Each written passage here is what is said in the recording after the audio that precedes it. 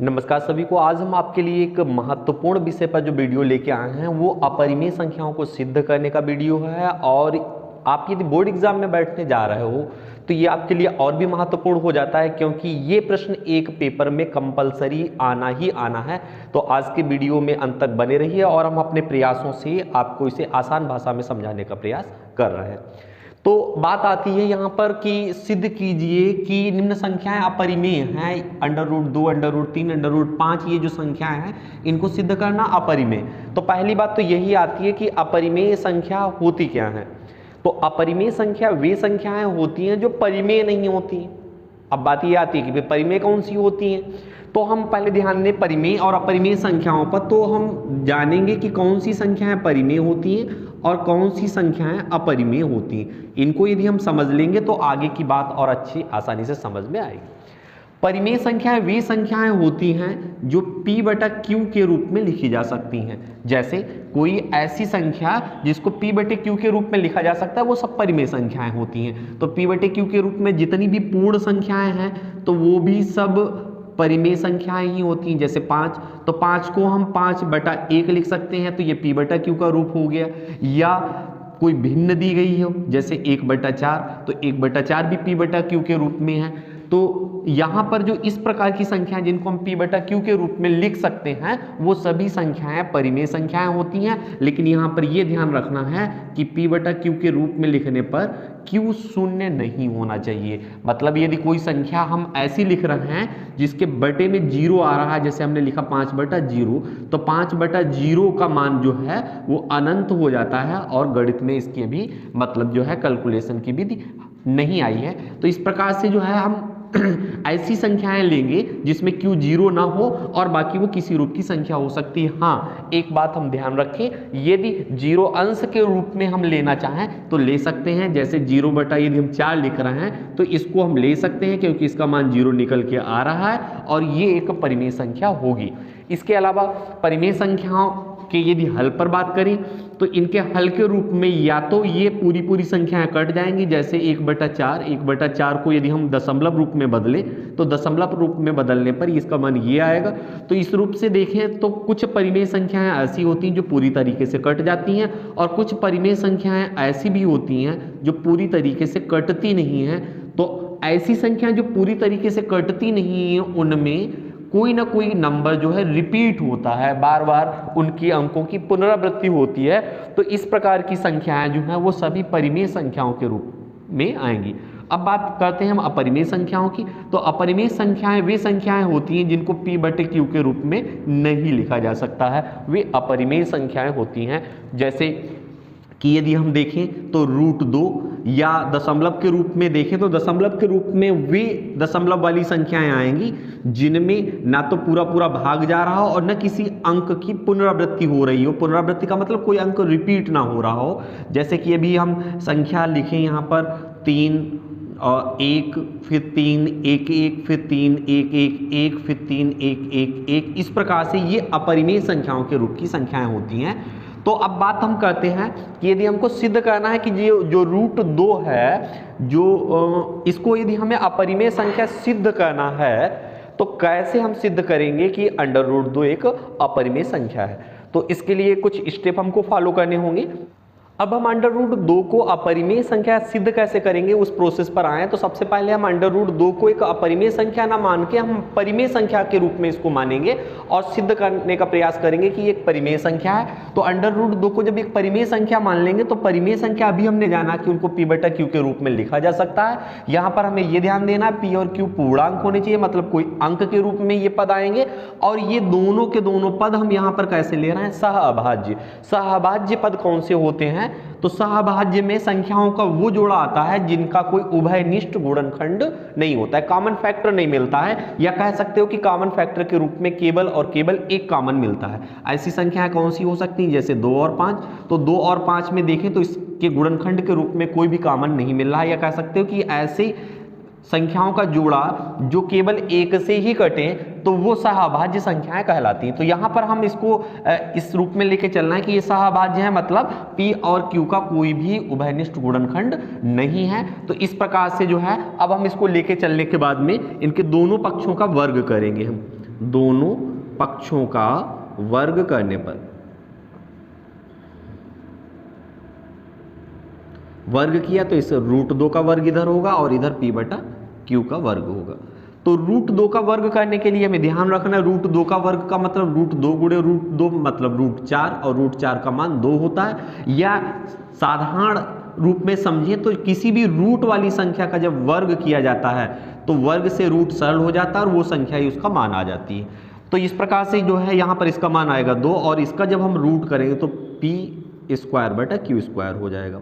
अब तिरछी गुणा के रूप में यदि हम लेके चलें तो तिरछी गुणा के रूप में यदि p² को इधर बटे में कोई संख्या नहीं इस रूप में ले लें तो इधर आ जाएगा 2q²।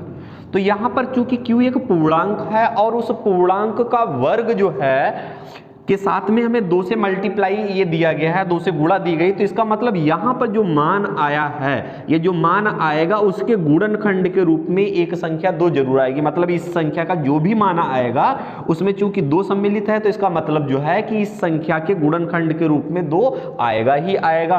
तो जब q इस पद में जब जो है उसका गुणनखंड 2 आ रहा है और ये पद p² के बराबर है तो इसका मतलब p² का भी एक गुणनखंड 2 होगा ही होगा। इस रूप में जब p² का एक गुणनखंड 2 होगा ही होगा तो p संख्या जो p है उसका भी गुणनखंड 2 अवश्य होगा। जैसे कि मान लीजिए कोई संख्या 2 से कट रही है, मान लीजिए वो संख्या हमने यदि 2 ली, वो 4 ली, तो 4 यदि 2 से कट रही तो 4 का वर्ग भी 2 से जरूर ही कट जाएगा। तो इसका मतलब ये है कि यहाँ पर ये पद में गुणनखंड के रूप में 2 आया है तो इसका मतलब ये पद जो है चूंकि दोनों बराबर हैं तो इस संख्या के गुणनखंड के रूप में भी एक 2 आएगा ही आएगा। तो इस रूप में हम लिख सकते हैं कि यहाँ पर लिखेंगे कि p² 2 से विभाज्य है, तब p भी 2 से विभाज्य होगा। तो यहां पर हम इस रूप में देखें तो यहां इस संख्या के रूप में हमने देखा क्या पाया कि जो p संख्या है वो 2 से विभाज्य है।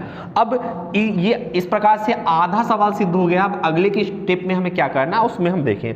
यहां पर चूंकि p 2 से विभाज्य होगा तो p का गुणनखंड 1 2 होगा ही होगा। अब p के रूप में यदि हम एक नई संख्या लें तो नई संख्या नया पूर्णांक जो भी हम लेंगे वो पूर्णांक भी 2 से विभाज्य होगा या उसका गुणनखंड 1 2 होगा ही होगा। तो इस प्रकार से यदि इसको नई संख्या के रूप में लें तो p बराबर 2r ले लेंगे। मतलब r कोई भी पूर्णांक होगा लेकिन उसके गुणनखंड में 2 जरूर सम्मिलित होगा क्योंकि p जो है 2 से विभाज्य है। इस प्रकार से अब हम देखें p बराबर 2r ले लें तो इस p की जगह पर 2r का मान रखें कहां पर, समीकरण 1। इसको यदि समीकरण 1 मान लें हम और इस समीकरण 1 में p की जगह पर p का मान रखें तो यहां समीकरण 1 है p² बराबर 2q²। अब p की जगह पर यदि हम 2r रख दें तो ये मान रखने पर इस रूप में ये पद आएगा। इसको हम सरल करेंगे और सरल करने के बाद में यदि 2 को हम इधर ले आएं तो ये 2 इधर लाने पर 2 दूना 4 और इधर q² बचेगा। मतलब 2r² बराबर q²। इस रूप में हम यहाँ पर देखें कि ये जो पद है इस पद में 2 सम्मिलित होने का मतलब ये पद का एक गुणनखंड 2 होगा ही होगा और चूंकि ये q² के बराबर है तो इसका मतलब कि q² का भी एक गुणनखंड 2 होगा ही होगा। और जब q² जो है 2 से विभाज्य है तो q भी 2 से विभाज्य होगा। अभी हम समझा चुके हैं कि किस रूप में ये विभाज्य होगा। तो इस प्रकार से यदि हम देखें यहाँ पर तो यहाँ पर देखें कि q भी हमारा 2 से विभाज्य है और इधर हमने देखा था p भी 2 से विभाज्य है। जबकि हमने यहाँ पर p/q के रूप में ऐसे पद को लिया था जो कि सहभाज्य हैं जिनमें कोई भी कॉमन फैक्टर नहीं मिल रहा था, उभयनिष्ठ गुणनखंड नहीं मिल रहा था। लेकिन यहाँ पर देखें तो p ये संख्या ये भी 2 से कट रही है और जो q है वो q भी, मतलब इन p और q के रूप में यदि देखें तो उनका एक कॉमन फैक्टर 2 आ रहा है जो 2 से दोनों कट रहे हैं। तो ये ऐसा क्यों हुआ? तो ये ऐसा हमारी गलत कल्पना के कारण या अवधारणा के कारण हुआ है जहां पर हमने √2 को एक परिमेय संख्या माना है। तो इस रूप में ये हमने इसको गलत माना है तो इसीलिए ये गलत के रूप में हमारा गलत हल आ रहा है।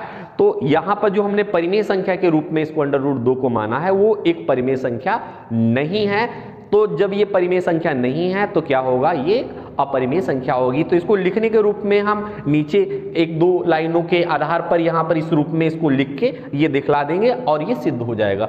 इसके बाद में यदि बात करें हम √3 की, अब √2 हो गया √3, तो √3 में भी वही करेंगे हम, यहाँ पर सारा काम हमारा वही रहेगा। यहाँ जब √3 लेके आएंगे तो यहाँ √3 का वर्ग होगा, √3 का वर्ग यहाँ पर 3 हो जाएगा और इस प्रकार से हम लिखेंगे कि यहाँ पर ये हमारा आ जाएगा हल। तब यहाँ पर p² जो है यहाँ 3 से विभाज्य होगा, तो p भी हमारा 3 से विभाज्य हो जाएगा। जबकि p 3 से विभाज्य है तो p को एक नए पूर्णांक के रूप में लिखेंगे तो उस पूर्णांक में 3 गुणनखंड के रूप में जरूर आएगा। तो इस प्रकार से यदि हम यहाँ पर यदि पहले समीकरण को जो हमारा नया आया इस रूप में लें और p की जगह पर 3r यदि रखें तो ये 3 3 9r² हो जाएगा। इधर भी ये 3 3 आते रहेंगे हमारे। तो इस प्रकार से यहाँ ऊपर 9 और बटे में 3 आएंगे और ये सरल हो जाएंगे, 3 3 9। तो यहाँ पर क्या आ जाएगा 3r² बराबर q²। तो इस प्रकार से देखेंगे कि q² जो है वो भी 3 से विभाज्य होगा, तब q भी 3 से विभाज्य हो जाएगा। इस प्रकार से हमारी यहाँ भी अवधारणा गलत हो जाएगी कि p भी 3 से विभाज्य है और q भी 3 से विभाज्य है, जबकि हमने यहाँ p/q को सहअभाज्य रूप में लिया था।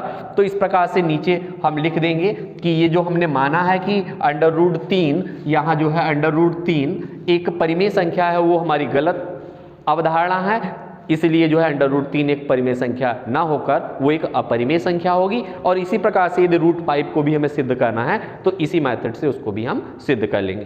तो कैसा लगा आज का वीडियो कमेंट बॉक्स में जरूर बताएं। जय हिंद।